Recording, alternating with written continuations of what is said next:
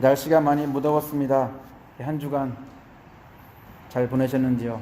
또 이렇게 예배자의 자리로 나오신 여러분들을 우리 주의 이름으로 축복합니다. 저희들은 지금 로마서 12장과 13장을 통해서 예전의 삶과는 다른 그런 그리스도인이라는 이름으로 살아야 되는 그런 새로운 생활 방식, 곧 그리스도인의 윤리에 대해서 이야기를 나누고 있습니다. 그래서 좀 나누어서 보지 않고 그냥 나누어서 우리 하나씩 좀 이렇게 보려고 합니다.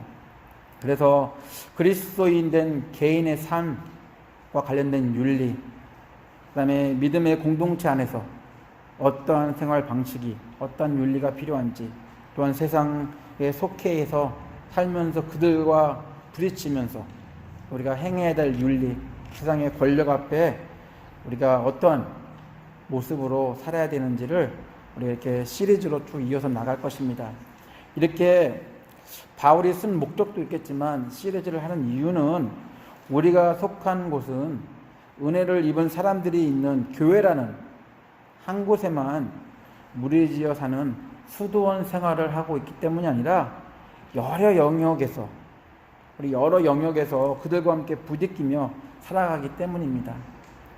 그래서 만나는 많은 사람들과 어떠한 모습으로 살아야 되는지, 그래서 우리 바울은 이러한 부분들을 좀 나눠서 우리 로마서 1장부터 11장까지는 어떻게 우리가 구원받았는지, 우리 12장부터는 이 구원받은 자의 삶이 어떠한 삶이 되어야 되는지를 구체적으로 점차적으로 넓혀가면서 먼저 개인부터 시작해가지고 공동체 또한 이웃, 나라로 이렇게 퍼져가면서 어떠한 모습으로 살아야 되는지를 우리가 써놓았는데, 그걸 보면서 좀 우리의 모습을 좀 한번 돌아보고 어떠한 모습으로 살아야 되는지를 좀 이렇게 알아보고자 합니다. 분명히 그리스도인의 이 윤리적인 삶, 분명히 이 삶은요 한 시대만 적용되는 게 아닌 일시적인 것이 아닙니다. 이미 지금도 우리 초대교회 때 시작했던 그런 모습들, 특별히 구약부터 하나님이 아담과 하와를 창조할 그때부터 우리 윤리가 존재하고 있었거든요. 그래서 시대를 초월해서 우리 분명히 이 그리스도인이 가져야 할 윤리는 우리가 계속 지켜야 되고 행동해야 돼. 분명히 주님이 다시 오는 그날까지, 재림의 그날까지 우리가 지켜야 될 모습일 것입니다. 그래서 어떻게 보면 이런 것들을 지킴으로써, 이런 윤리적인 모습들을 함으로써 하나님 나라가 어떠한 모습인지를 보여주는, 또한 더 나아가서 하나님 나라에 속한 그런 정체성을 가진 자로서 어떠한 모습으로 살아야 되는지를 보여주는 그런 모습이 될 것입니다. 그렇기 때문에 어떻게 보면 우리에게서 가장 필요한 부분이 아닐까 생각을 해봅니다. 제가 지난주에 말씀드렸지만 그리스도인으로서 새로운 삶을 시작하는 그런 이유에 대해서 바울은 딱 한마디로 정의하면서 어떠한 삶을 살라고 말씀하고 있습니다. 우리 1절에 나와 있죠. 하나님의 모든 자비하심으로. 우리는 그 하나님의 은혜 때문에, 하나님의 긍휼 때문에 우리는 하나님 나라에 속할 수 있는 그런 은혜를, 선물을 받았습니다. 그리고 그 못지않게 이제는 하나님 나라에 속한 자녀로서 세상을 살아가는 그런 존재가 되었다는 것입니다. 그 때문에 하나님 나라에 속한 자녀로서 산다는 것은요, 어떤 면에서는 특별히 우리가 세상에 발을 붙이고 있기 때문에 쉽지 않아요. 참 어려워요. 특별히 교회 안에서도요, 참 쉽지 않습니다. 조금 배려를 해주면 상대방을 그 배려를 알지 못해요. 그 좀 더 내 걸 챙기려고 하면 상대방은 그거 가지고 또 시험 듭니다. 여러 가지 모양으로 참 세상에 살고 있으면서, 특별히 교회 안에서, 이 공동체 안에서도 이런 여러 가지 것들 때문에 시험도 들고 또 교회를 떠나는 분들도 계시고 참 쉽지 않아요. 어떻게 대처하고 어떻게 행동해야 되는지. 그래서 오늘 말씀을 좀 보면서 우리가 생각해야 될 것이 있다면 바로 하나님의 자비하심으로 우리가 은혜를 받았다는 것을 좀 근거로, 그거를 좀 우리 밑바탕에 깔고 시작을 한다면 분명히 우리의 그런 삶의 태도는 바뀔 수 있을 것입니다. 왜냐하면 때로 우리가 살면서 욕심이 앞설 때가 너무 많아요. 은혜가 너무 받은 게 너무 크다 보면 나도 모르게 이런 페이스를 유지해야 되는데 그러지 못할 때 한 발자국 더 나가려고 할 때가 너무 많이 있다 보니까 상대방에게 상처도 줄 수 있고 상대방을 어렵게 할 수 있다는 것이에요. 그래서 이런 부분들 어떻게 우리가 이런 것들을 해야 될 것인지, 그래서 우리 지난주에는 먼저는 내 자신이 하나님과의 어떤 그런 관계 속에 있어야 되는지, 그런 윤리적인 모습에 대해서 예배, 그걸 말씀을 드렸습니다. 우리가 하나님의 은혜 때문에 분명히 우리의 DNA는 하나님으로부터 창조받은 그런 존재들입니다. 그런데 죄 때문에 하나님과의 관계가 멀어졌고 또 가까이 갈 수 없는, 그래서 어떻게 보면 우리 DNA 안에 세상에 살면서 그런 세상의 그런 모습들을 가지고 살 수밖에 없는, 그래서 그것이 우리가 살아야 될 인생의 목적인 줄 알았지만 하나님을 만남으로써 하나님께 은혜를 입음으로써 이제 우리의 DNA가 원래대로 회복되는, 그래서 우리는 세상의 것들을 추구하며 사는 것이 아니라 세상에 살고 있음에도 불구하고 세상의 것들을 추구하는 것이 아니라 이 세상 속에서 하나님이 나를 통해 하시고자 하는 일들을 추구하며 사는, 그럼 다시 우리의 DNA가 회복되는, 바로 이것이 우리가 가지고 또한 행해야 될 윤리가 아닐까. 그래서 지난주에 이 이야기를 말씀을 드렸습니다. 그래서 나 자신을 세상으로부터 구별된 모습으로 하나님이 기뻐하시는 거룩한 산 제물로, 이 예배자로 사는데 어떤 특정한 시간, 특정한 장소가 아닌 매일의 삶이 하나님을 기쁘시게 하는 그런 예배의 모습으로 살자라고 말씀드렸습니다. 분명히 이것은요, 참 많은 것을 가지고 있습니다. 이 예배를 통해서 우리는요, 세상과 구별되는 것이 어떤 것인지를 우리가 배우게 되어 있어요. 또한 예배를 통해서 거룩이 무엇인지, 또한 예배를 통해서 그리스도인의 삶이 어떤 삶인지, 그런 삶의 원리를 우리가 배우게 됩니다. 자, 생각해 보세요. 예배는요, 그냥 나와서 앉아있는 것지만 이 시간만큼은 하나님을 만난다는, 무엇보다도 하나님이 있음을 인정하는 그런 시간이 예배 시간입니다. 그리고 예배의 시간만큼은 하나님의 그런 살아계심을 경험하며 우리의 삶 전 분야에 살아계신 하나님을 드러내는 그런 원동력이 된다는 것. 그렇기 때문에 지금 우리가 주일날 예배를 드리지만 이 예배뿐 아니라 우리의 삶 자체가 하나님을 인정하는 삶이 될 때, 그런 윤리적인 생각과 행동을 할 때 바로 그것이 하나님을 인정하는, 하나님의 살아계심을 증명하는 그리스도인의 삶이다라고, 그래서 예배의 중요성에 대해서 말씀을 드렸습니다.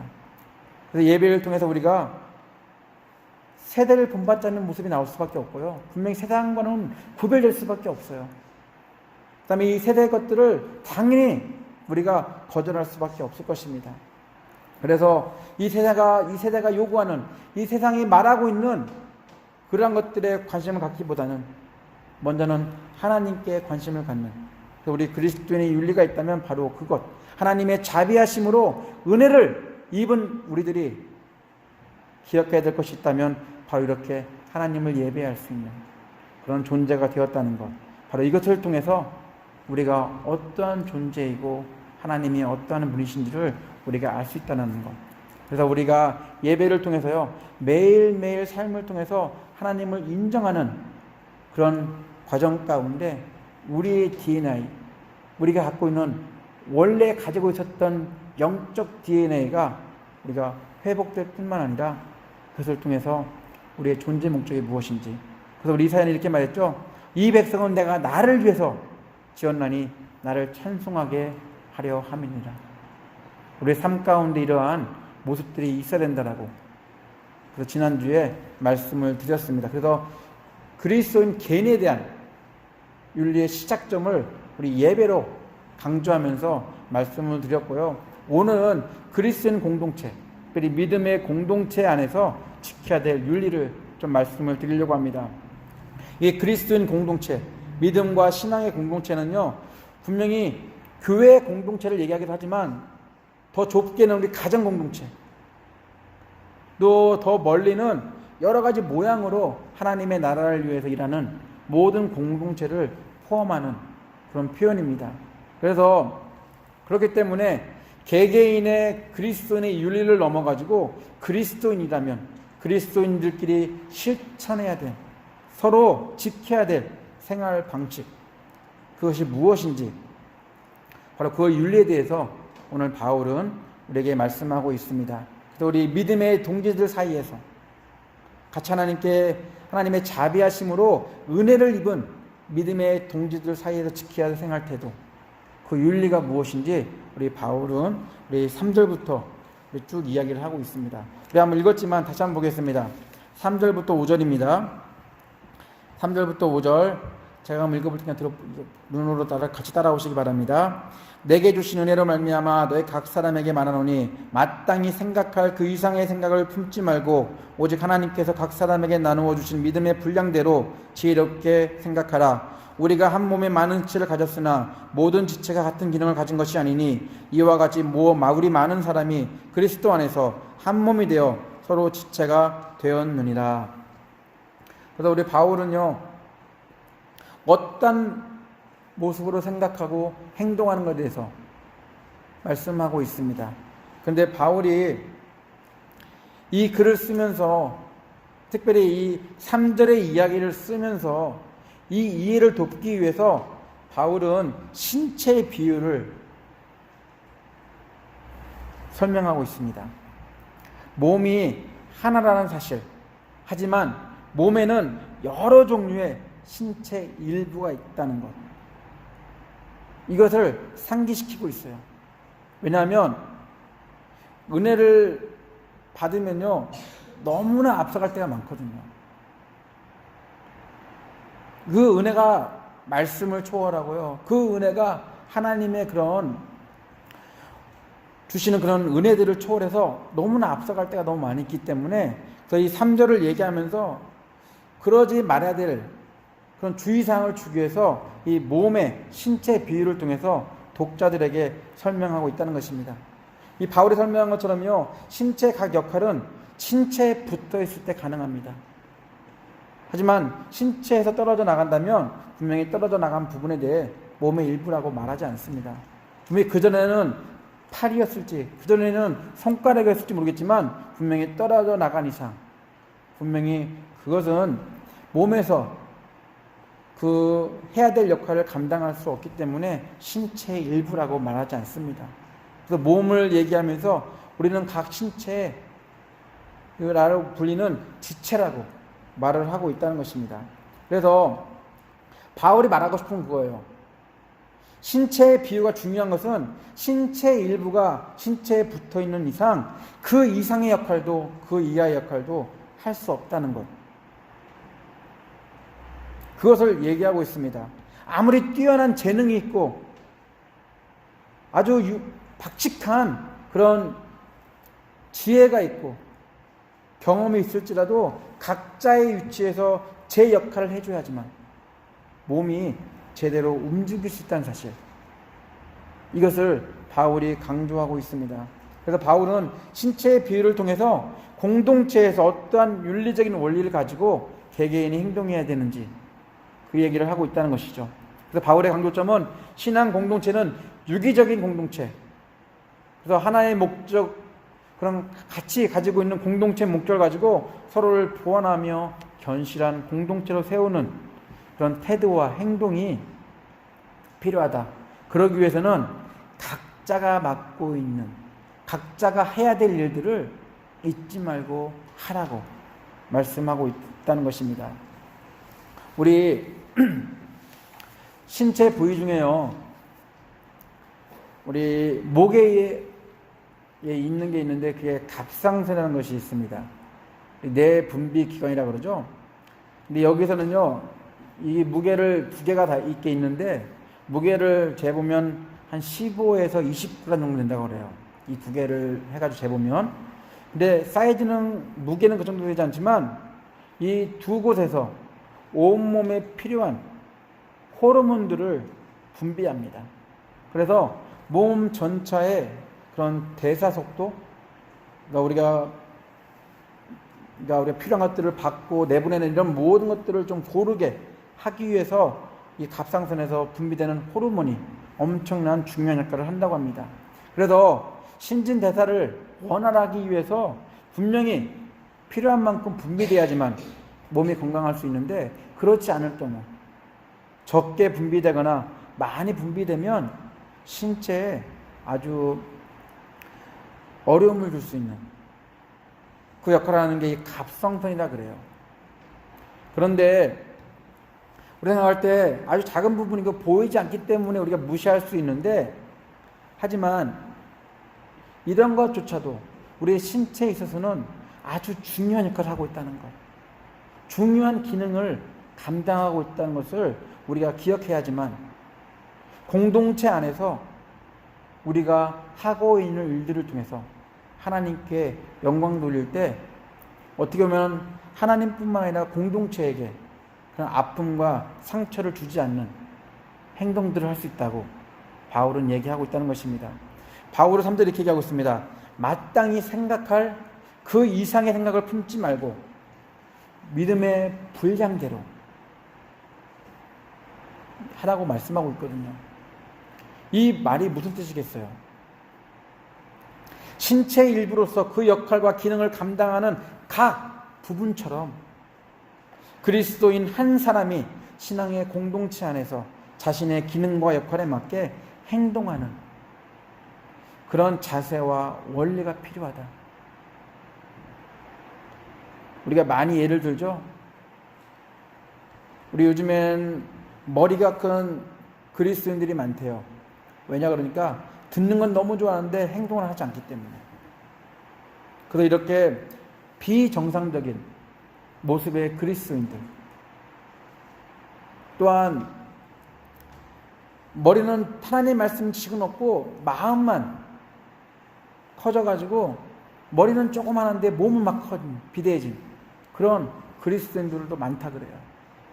이렇게 균형 있게 분명히 성장을 하고 성숙해야 되는데 그렇지 못한 모습들, 바로 이런 모습들이 바울이 말하고 있는 몸과 지체에 대한 비유를 잘못 해석한 게 아닐까. 그래서 바울은 얘기할 때요, 우리가 어떠한 모습을 행동을 해야 되는지, 특별히 믿는 사람들 안에서 어떠한 생각과 행동을 해야 되는지를 분명하게 말씀하고 있습니다. 그리고 우리 바울이 말한 믿음의 분량 얘기할 때 많은 분들이요, 은혜 받은 많고 적음으로 생각을 합니다.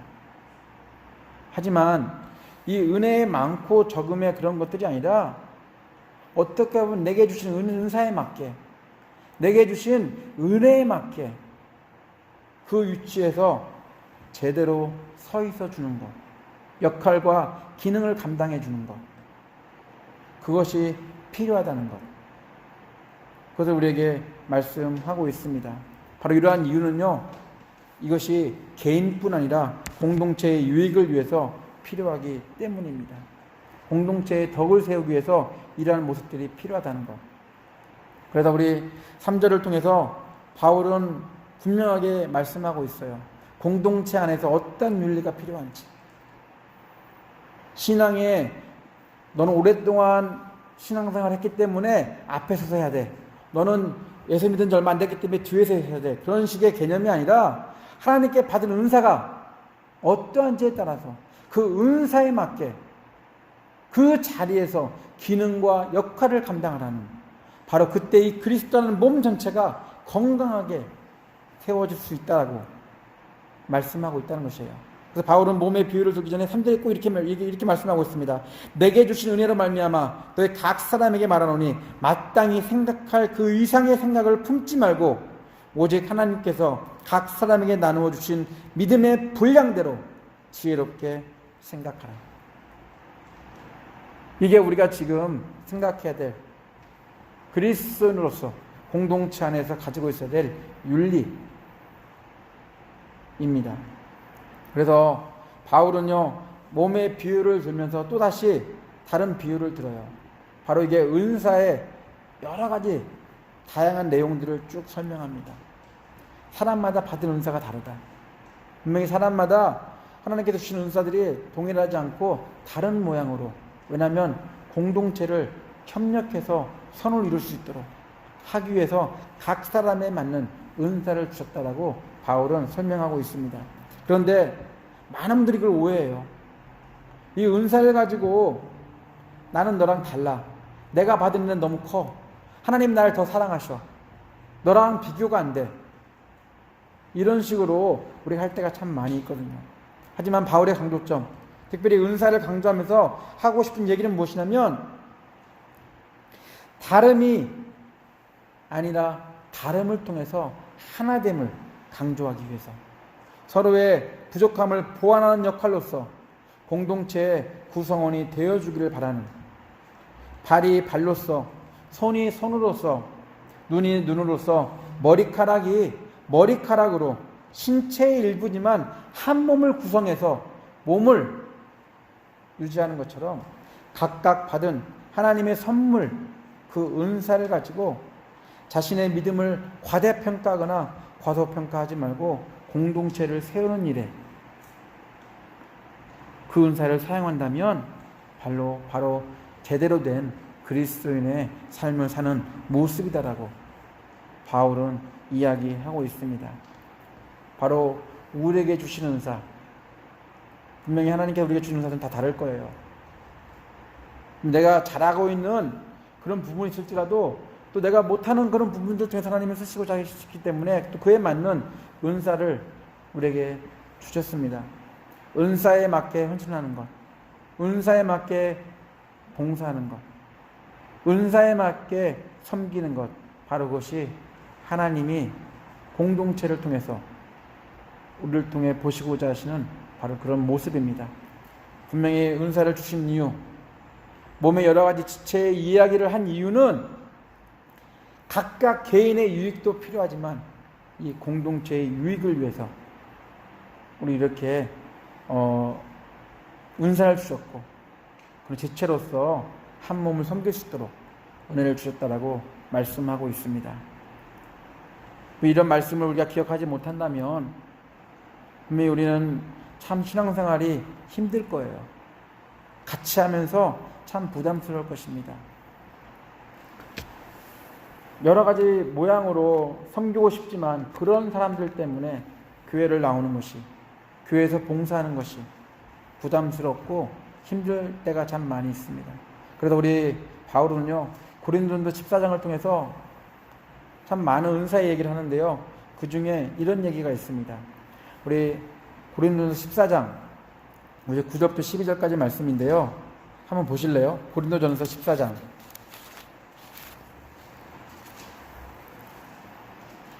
고린도전서 14장. 그럼 그 부분만 제가 한번 띄어서 한번 볼 텐데요. 우리 방언에 대한 얘기입니다. 나는 방언하니까 하나님께 은혜 받은 사람이야, 사랑받은 사람이라고 얘기하는 그런 사람들을 향해서 바울은 이렇게 얘기를 합니다. 우리 9절부터 12절, 제가 메시지 성경 읽을 테니까 비교하면서 보시기 바랍니다. 9절부터 12절입니다. 여러분이 아무리 알아듣지 못하게 말한다면 여러분의 입을 여는 것이 무슨 소용이 있겠습니까? 이 세상에는 수많은 언어가 있고 그 언어들은 저마다 누군가에게 뜻을 가지고 있습니다.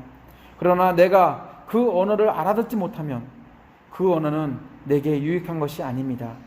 여러분의 경우도 다르지 않습니다. 여러분은 하나님이 하시는 일에는 열심히 참여하라고 하면서 어찌하여 교회 안에 모든 이들에게 도움이 되는 일에는 주의를 기울이지 않는 것입니까? 그래서 자기가 받은 은사만 강조하면서 다른 사람들을 무시하고 다른 사람 힘들게 하는 그런 자들을 향해서 바울은 이렇게 얘기하고 있습니다. 하나님의 일은 열심히 한다는 그런 모습들 참 보기 좋지만 어찌해서 교회 안에 모든 이들에게 도움이 되는 일에는 관심을 갖고 있지 않는지, 배려하지 않는 그런 그리스도인의 모습, 같이 은혜를 입었지만 서로 받은 은사를 자랑하면서 서로가 자기의 것들을 자랑하면서 가고 있는 이 모습에 대해서 바울은 분명하게 지적하고 있다는 것입니다.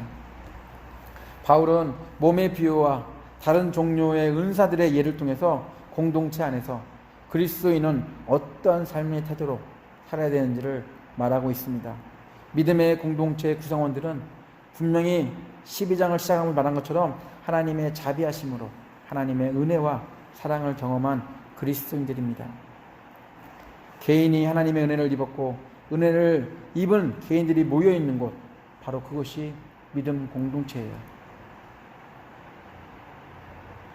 동시에 다발적으로 어디 모여있기 때문에 은혜를 주신 것이 아니라 개개인에게 하나님이 은혜를 주셨고 그 은혜를 입은 사람들이 모여있는 곳, 바로 그것이 교회이기도 하고 가정이기도 하고 또한 여러 가지 모양의 신앙 공동체일 것입니다. 서로의 유익을 위해 하나님께 받은 은사와 그런 은혜와 사랑을 가지고 분명히 사랑을 실천하는 공동체가 되는 것. 우리가 받은 은사들은 우리가 받은 그런 것들은 분명 하나님의 사랑이 하나님의 자비하심이 건강한 사실을 인정하고 그것들을 우리가 가지고 있는 것이 아니라 그걸 가지고 우리가 다른 사람들을 평가하거나 비판하는 것이 아니라 그걸 가지고 다른 사람들한테 섬길 때 그런 사람들에게 나아갈 때 바로 그것을 통해서 하나님이 우리의 공동체를 세우실 것이다라고 말씀하고 있습니다. 우리 하나님의 자비하심으로 사랑을 경험한 사람들이 모여있는 이 공동체, 분명히 공동체는 사랑의 공동체가 되어야 될 것입니다. 그러기 위해서는 바울이 3절을 통해 말씀하고 있는 마땅히 생각할 그 이상의 생각을 품지 말고 믿음의 분량대로 지혜롭게 생각하는 저희들이 되어야 될 것입니다. 그래서 이 말씀을 좀 우리가 기억하면서 우리가 공동체를 세워가면 너무나 좋을 것 같습니다. 그래서 이러한 공동체는 어떤 공동체인지 바울이 결론적으로 이렇게 말씀하고 있습니다. 우리 한번 읽었지만 9절부터 13절 한번 보겠습니다. 9절부터 13절입니다. 12장 우리 9절부터 13절 한번 보겠습니다. 같이 우리 한 목소리로 우리 또박또박 읽어보겠습니다. 사랑에는 거짓이 없나니 악을 미워하고 선에 속하라. 형제를 사랑하여 서로 우애하고 존경하기를 서로 먼저 하며 부지런하여 게으르지 말고 열심을 품고 주를 섬기라. 소망 중에 즐거워하며 환난 중에 참으며 기도에 항상 힘쓰며 성도들의 쓸 것을 공급하며 손 대접하기를 힘쓰라. 바로 이러한 공동체가 되기 위해서는 오늘 말씀을 우리가 기억해야 되지 않을까. 바울이 하신 우리에게 전하고 있는 그 말씀, 우리 받은 은사에 맞게 또한 더 나아가서 오늘 얘기한 것처럼 하나님이 내게 주신 그 은사를 넘어서 하는 것이 아니라 그 은사에 맞게 각각 자기의 위치에서 섬겨주는 그런 삶을 얘기하고 있습니다. 우리는 하나님의 자비하심으로 은혜와 긍휼을 입었습니다. 때론 우리 스스로가 하나님께 받은 은혜에 대해 주관적인 관점으로 볼 때가 참 많이 있어요. 그래서 내가 받은 이 은혜의 체험들, 너도 이렇게 해야 돼. 이렇게 해야지만 하나님이 너를 사랑해 주실 거라고 생각하면서 내 주관적인 체험인데 불구하고 이걸 객관화시켜서 온 성도들에게 할 때가 참 많이 있습니다. 우리 그런 모습들 내려놓으시고 이런 것들보다는 내가 받은 은사가 무엇인지를 알았다면 그 은사에 맞게 우리가 내 위치에서 이 공동체를 위해서 섬긴다면 개인의 유익뿐 아니라 공동체의 유익을 위해서 분명히 필요한 그런 일들을 감당할 수 있을 것입니다. 그래서 우리 은사에 맞게 몸을 구성하는 지체처럼 공동체 여러 부분에서 섬기는 그 모습, 바로 그 모습, 하나님이 원하시는 모습입니다. 우리 믿음 공동체의 건강함을 위해서 가정도, 교회도, 또 우리가 후원하는 여러 가지 믿음의 단체들, 우리의 건강을 위해서 마땅히 생각할 그 이상의 생각을 품지 말고 겸손하게 또한 믿음의 분량대로 지혜롭게 생각하는 은사에 맞게 그런 바울이 말한 이 바울의 윤리를 우리 원리를 기억하면서 공동체 안에서 그리스도인의 윤리를 실천하는 성도님들 되시기를 예수 이름으로 축원합니다. 같이 기도하겠습니다.